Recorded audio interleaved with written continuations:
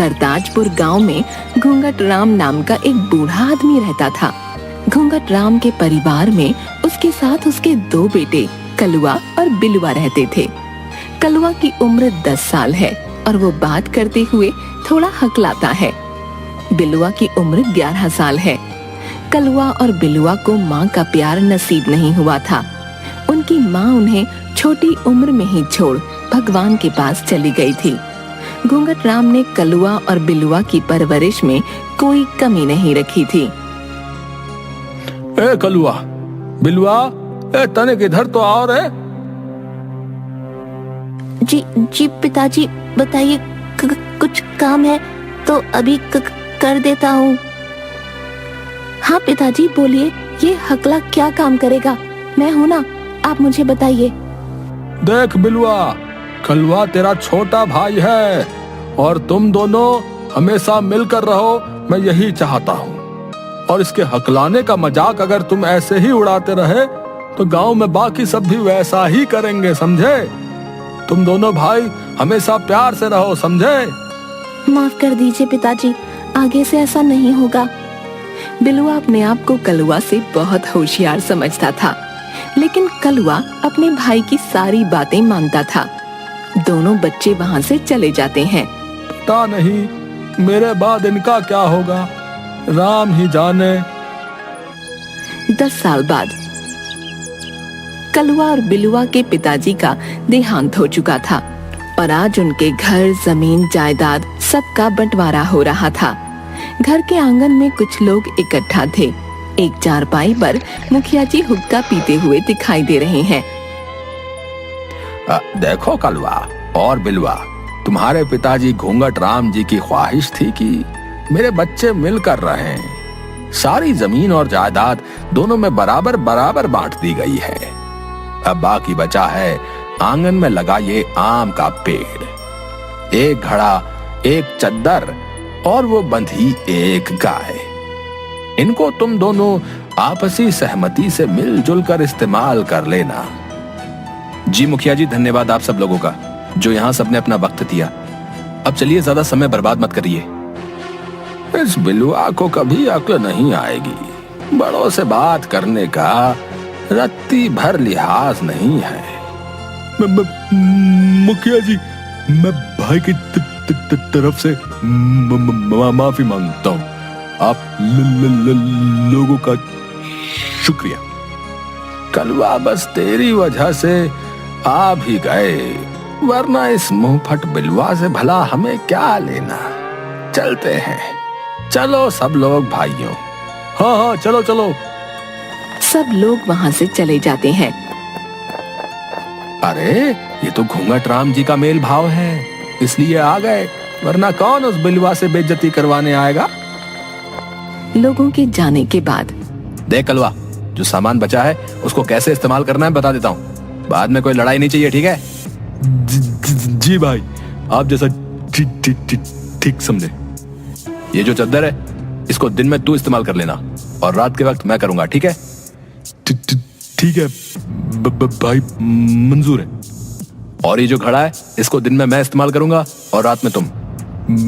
मंजूर है भाई। और गाय का आगे का हिस्सा तुम्हारा और पीछे का मेरा, ठीक है ना? मंजूर है तुम्हें? जैसा आपको सही लगे भाई। और ये आम का पेड़, नीचे का हिस्सा तुम्हारा और ऊपर का हिस्सा मेरा, सही है ना? सब कुछ सही से बांट दिया मैंने? सही से। ठीक है भाई। अगले दिन कलुआ खेत से काम करके घर लौटा तो उसे बहुत प्यास लग रही थी। उसने जैसे ही घड़े से पानी पीना चाहा, तभी पीछे से बिलुआ बोला, अरे ये क्या कर रहे हो तुम? है, मैंने तुमसे कहा था ना कि घड़ा दिन में मेरा है, तो चलो यहाँ से। लेकिन भाई, मुझे बहुत प्यास लगी है। तो मैं क्या करूं? जैसा तय हुआ है सब वैसा ही चलेगा। बड़ा आया पानी पीने। बेचारा कलुआ प्यासा ही वहाँ से कुएं की तरफ चला जाता है। उसी रात जहाँ कलुआ ठंड में ठिठुर रहा था, तो दूसरी तरफ बिलुआ मजे से चद्दर तान कर सोया था। कितनी ठंड है, इस चद्दर पर भी भाई ने अपना हक जमा रखा है। भला दिन में चद्दर का क्या करूंगा? अगले दिन सुबह सुबह बिलुआ दातुन करते हुए, अरे कलवा, तुम अपने हिस्से के पेड़ को पानी क्यों नहीं देते हो? पूरा पेड़ सूख रहा है। देखो तो धीरे धीरे पत्तियां पीली सी दिखने लगी हैं।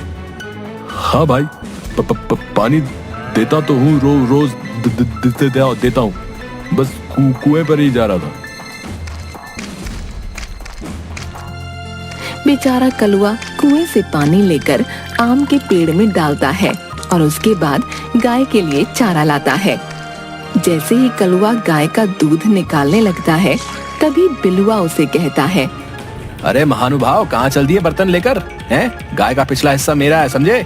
दूध मैं निकालूंगा, समझे? चलो हटो यहाँ से।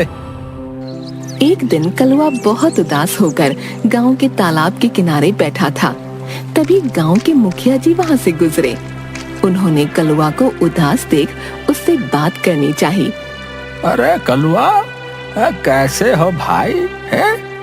अरे यहाँ अकेले गुमसुम क्यों बैठे हो? कुछ नहीं मुखिया जी, सब ठीक है। ठीक है सब। नहीं नहीं कलुआ, तुम जरूर कुछ छुपा रहे हो। तनिक बताओ हमें, क्या परेशानी है?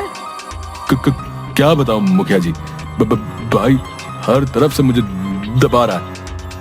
न घड़े से पानी पीने देता है, न रात को चद्दर ओढ़ने देता है, और तो और गाय का दूध भी खुद ले लेता है, और गाय की सेवा मैं करता हूँ। अब समझ में आया सारा माजरा क्या है। बिलवा तुम्हारे भोलेपन का फायदा उठा रहा है। मेरी बात ध्यान से सुनो और जैसा कहता हूँ ठीक वैसा ही करना। मुखिया जी कलुआ को कुछ समझाते हैं। अगले दिन कलुआ दिन में जैसे ही चद्दर लेता है तो उसे कैंची से काट देता है। अब आएगा मजा भाई, आप आज रात मेरी तरह ठंड में बिताओ।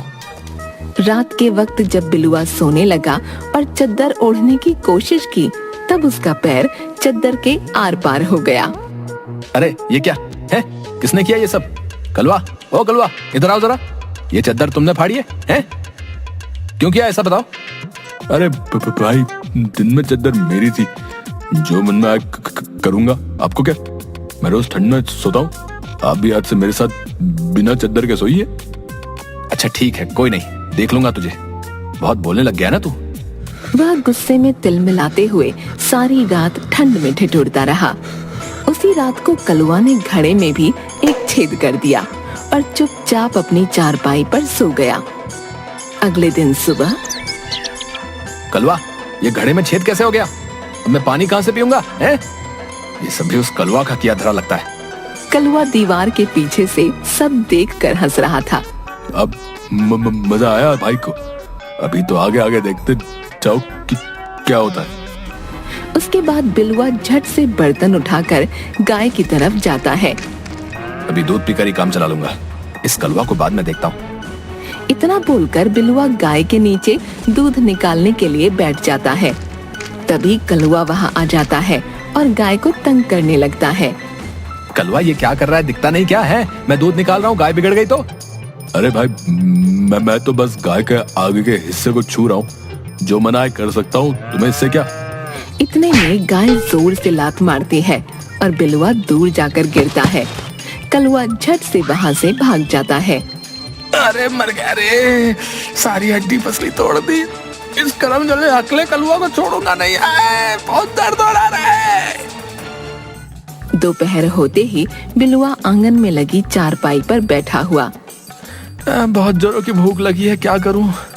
तभी उसकी नजर आम के पेड़ पर गई, जहाँ पर आम लगे हुए थे। ये सही है, आज आम खाकर ही पेट भरता हूँ। ये कहकर लंगड़ाते हुए आम के पेड़ पर जा चढ़ा। उसके ऊपर चढ़ते ही कलुआ कुल्हाड़ी लेकर आम के तने को काटना शुरू कर देता है। अरे पागल हो गया क्या तुम? है पेड़ के तने को क्यों काट रहे हो?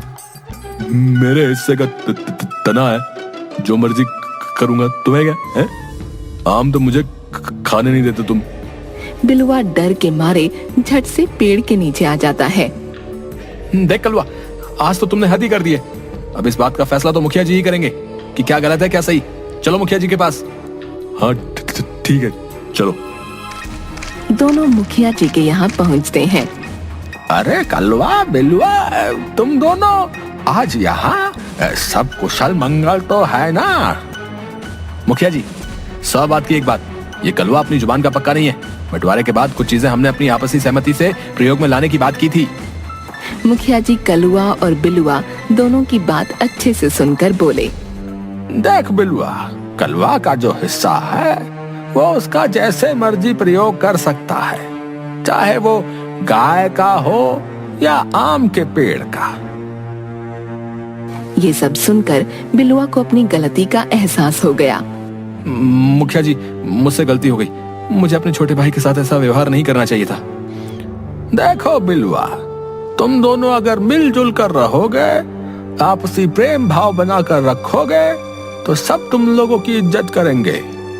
अब से मैं और कलवा दोनों मिलकर रहेंगे। और उस दिन के बाद कलुआ और बिलुआ दोनों मिलकर रहने लगे। दोनों साथ में खेती करते और उसके बाद ट्यूबवेल पर नहाते हुए मस्ती।